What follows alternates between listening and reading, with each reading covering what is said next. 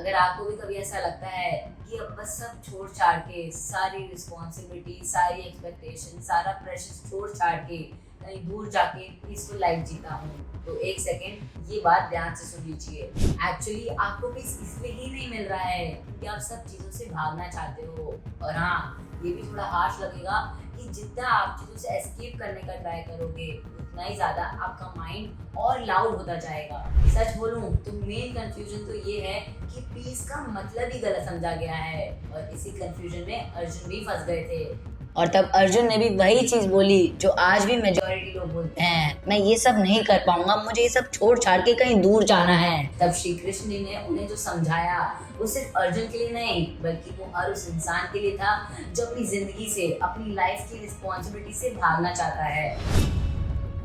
आप सोचते हो कि आप रिस्पॉन्सिबिलिटी से थक गए हो, लेकिन यहीं पर लोग सबसे बड़ी गलती करते हैं। एक्चुअली में तो आप काम से नहीं थके हो, आप काम के अगेंस्ट जो आपका इंटरनल रेजिस्टेंस है उसे फेस कर करके थक गए हो। अगर ये सुनने में कॉम्प्लिकेटेड लगा तो इसे एक सिंपल एग्जांपल के साथ समझिए जो आपने भी अक्सर नोटिस किया होगा। जैसे दो लोग हैं, दोनों की सेम जॉब है, दोनों सेम प्रेशर के अंडर काम कर रहे हैं, बट एक बंदा बिल्कुल काम फील करता है, वहीं दूसरा ब्रेकडाउन पर एज पे खड़ा हुआ है। अब इन दोनों लोगों में डिफरेंस क्या है? लोग अक्सर यही नहीं समझ पाते। लोग सोचते हैं कि काम डिफरेंट होगा, बट नहीं, काम बिल्कुल सेम है, बल्कि दोनों का रिलेशनशिप विद काम अलग है। और यही समझना सबसे ज्यादा जरूरी है, क्योंकि जब आप कहते हो कि मुझे ये नहीं करना है, तब आपका बॉडी, माइंड, हार्ट सब चीजें इंटरनली रेजिस्ट करने लगती हैं उस काम के अगेंस्ट, और तभी आपका मेंटल स्ट्रेस चालू हो जाता है। श्री कृष्ण जी भगवद गीता के चैप्टर 2 में एक बहुत ही पावरफुल बात बोलते हैं। वो कहते हैं कि एक्शन से बचा ही नहीं जा सकता। एक्शन या तो पर्पसफुल होएगा या तो मीनिंगलेस, लेकिन एक्शन कोई ऑप्शनल नहीं है, एक्शन होना ही होना है।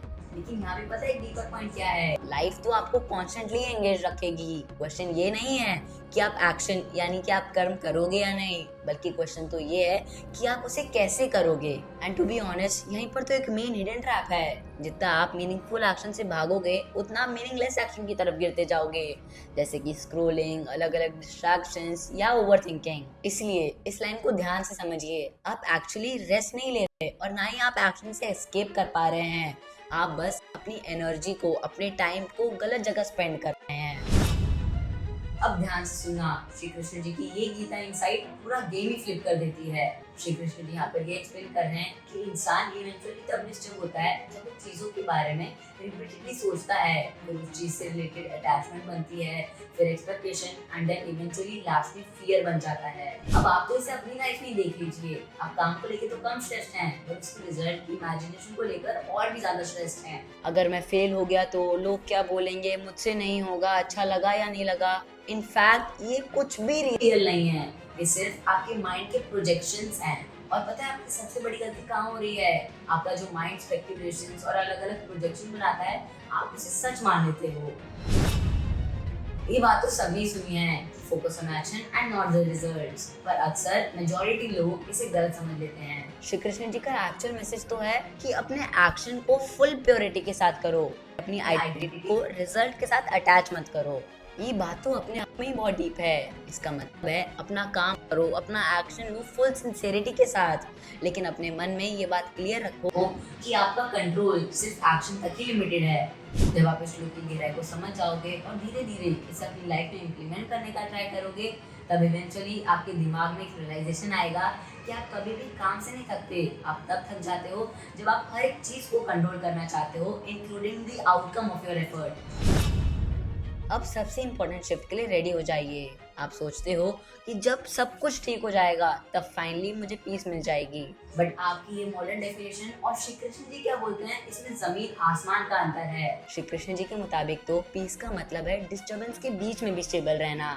मतलब अगर प्रेशर है फिर भी काम, और अगर रिजल्ट अनसर्टेन है फिर भी स्टेबल रहना। और ये कैसे आता है? ये तब आएगा जब आपका माइंड हर एक चीज पे रिएक्ट करना बंद कर देगा।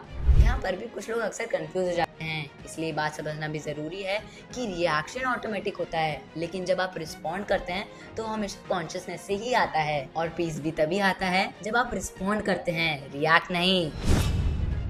अब बढ़ते हैं फाइनल क्लैरिटी की ओर। श्री कृष्ण जी अर्जुन को कभी ये नहीं बोलते कि सब कुछ छोड़ के चले जाओ, बल्कि श्री कृष्ण जी हमेशा गीता के थ्रू आउट अर्जुन को यही समझा रहे हैं कि अपना कर्तव्य करो, पर उससे अंदर से असक्त यानी कि डी अटैच रहकर करो।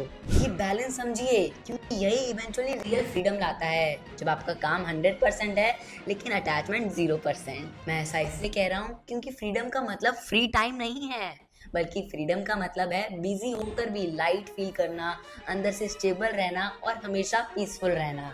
अभी तक मैं आपको बहुत सारी चीजें बता चुका हूँ, लेकिन अब आगे बढ़ने से पहले मैं चाहता हूँ आप ऑनेस्टली सोचें, आपने कितनी बार भागने का ट्राई किया उस परमानेंट पीस की तलाश में, या वो आपको कभी मिली, या फिर से आप वापस से उसी स्ट्रेस के साइकिल में फंस गए। आपको अब आपका आंसर मिल ही गया होगा। ऐसा इसीलिए क्योंकि प्रॉब्लम कभी रिस्पॉन्सिबिलिटीज थी ही नहीं, प्रॉब्लम था आपका उनके साथ रिलेशन। और जैसे ही ये रिलेशन चेंज होता है वैसी लाइफ तो वही रहती है, लेकिन आपका एक्सपीरियंस और अपलिफ्टिंग और पीसफुल बन जाता है। इसलिए अब मैं बस यही कहना चाहूँगा, अगर आपको रियल पीस चाहिए, हाँ श्री कृष्ण जी के डेफिनेशन वाली रियल पीस चाहिए, तो आज से ये 3 रूल अपने जीवन में अप्लाई करना शुरू कर दीजिए। पहला है नो रेजिस्टेंस रूल। अगर कोई आपका काम आए जो आपका कर्तव्य है तो उसे तुरंत एक्सेप्ट कीजिए और ठान लीजिए कि मुझे ये करना ही है। दूसरा है थॉट अवेयरनेस रूल। जब भी आपको स्ट्रेस आए तो बस ये ऑब्जर्व कीजिए कि मैं क्या इमेजिन कर रहा हूँ, और अपनी माइंड की प्रोजेक्शंस को ऑब्जर्व करना है, उसमें फंसना नहीं है। तीसरा है डी अटैच एफर्ट रूल। हाँ मैं इसे वापस दोहरा रहा हूँ, बट ये बहुत ज़रूरी है कि काम 100% लेकिन अटैचमेंट टू द काम एंड एक्सपेक्टेशंस ऑफ द काम 0%। तो फाइनली अब आपको क्लैरिटी मिली गई होगी कि पीस कभी भागने से नहीं बल्कि सही तरीके से जीने से आता है। लेकिन आपको पता है क्या, जब भी आप ये सारे रूल्स, ये सारी प्रैक्टिकल स्टेप्स अप्लाई करना शुरू करोगे, आपका सबसे बड़ा और सबसे पहला रेजिस्टेंस पता है क्या आएगा? आपका खुद का माइंड। और वो अकेले नहीं आएगा, वो साथ में लाएगा ओवर थिंकिंग, डाउट, कंफ्यूजन, और वही आपके पीस तोड़ना शुरू कर देगा। इसीलिए अगर आप अपने माइंड को जेन्युइनली समझना चाहते हैं तो इस वीडियो को जाकर जरूर देखिए, क्योंकि यहाँ पर मैंने एक्सप्लेन किया है कैसे आप अपने इस माइंड की लूप को तोड़ सकते हैं और उससे ऊपर उठ सकते हैं। और एंड में मैं बस यही कहना चाहूंगा, मुझे पूरा भरोसा है आप पर कि आप पीसफुल लाइफ जी सकते हैं, वो भी अपनी रिस्पॉन्सिबिलिटी से एस्केप किए बिना, क्योंकि भगवत गीता हर एक चीज़ के लिए यूजफुल होती है। ऐसी और भगवत गीता लेसन्स के लिए आज ही इस पेज को फॉलो कर लीजिए। हरे कृष्ण, धन्यवाद।